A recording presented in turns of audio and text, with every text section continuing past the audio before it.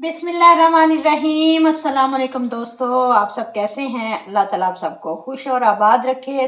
सूजी में एक अदद अंडा डालें और कमाल देखें, इतनी ज़बरदस्त रेसिपी बनकर तैयार होगी, आप खुद हैरान रह जाएंगे। एकदम यूनिक और ज़बरदस्त सी रेसिपी लेकर आई हूँ आपके लिए। सर्दियों के लिए स्पेशल रेसिपी है, हर घर में बनाई जाती है लेकिन मुख्तलिफ तरीक़ों से। आज हम बनाएंगे अपने तरीके से। बिस्मिल्लाहिर्रहमानिर्रहीम।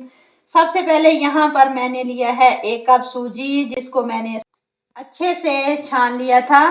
अलग से एक बाउल में शामिल करेंगे। इसके दरमियान में इस तरह से थोड़ी सी जगह बना लेंगे और यहाँ पर हम शामिल करेंगे 1 अदद अंडा। तो आप अंडा देख सकते हैं, सफेदी और जर्दी दोनों ली है मैंने। 1 कप सूजी में मैं 1 कप अंडा शामिल करूंगी। अब इसमें डालेंगे 1 कप दूध। दूध आपने थोड़ा थोड़ा करके शामिल कर देना है। दूध शामिल करके 5 से 6 मिनट के लिए रेस्ट दे देंगे। आप देखेंगे कि दूध जो है वो अंदर अच्छे से जज़ब हो जाएगा। अब अच्छे से मिक्स करेंगे दूध, अंडे और सूजी को। तीनों चीज़ें अच्छे से मिक्स कर लेनी है।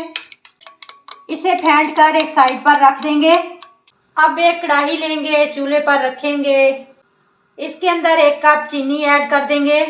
जितनी हमने चीनी डाली है इतना ही हम इसमें घी ऐड कर देंगे। 1 कप इसमें घी ऐड करेंगे।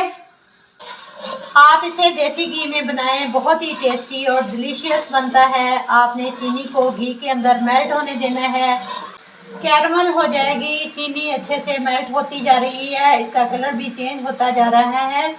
एकदम से चीनी मेल्ट नहीं होगी, थोड़ा सा टाइम लगेगा। आपने इसको हिलाते रहना है। जब इसका हल्का सा कलर आ जाएगा इस तरह से, तब आपने छोड़ देना है। देखें चीनी अच्छी तरह से मेल्ट हो चुकी है। अब हमने जो सूजी, अंडा और दूध फेंट कर रखा था वो इसमें ऐड करेंगे और साथ साथ इसको चलाते रहेंगे। आप देखेंगे एकदम से चीनी जो है वो सख्त हो जाएगी। आपने घबराना बिल्कुल नहीं है, लेकिन जैसे जैसे हीट अप होगी मेल्ट होती जाएगी। अब मुसलसल चम्मच चलाते हुए आपने इसको पकाना है। फ्लेम को आपने मीडियम रखना है, हिलाते रहें और मिक्स करते रहें। तकरीबन 5 से 10 मिनट में ये तैयार हो जाएगा। अच्छी तरह से इसकी भुनाई करनी है आपने। हमने जो अंडा डाला था इसकी स्मेल ख़त्म करने के लिए मैंने इसमें ½ टी स्पून इलायची पाउडर ऐड कर दिया है। अगर आपके पास इलायची पाउडर नहीं है तो 3 से 4 इलायचियाँ खोलकर डाल दें। अच्छे से मिक्स करें। इसी तरह भून लेंगे। घी साइडों पर निकल आया है अच्छे तरीके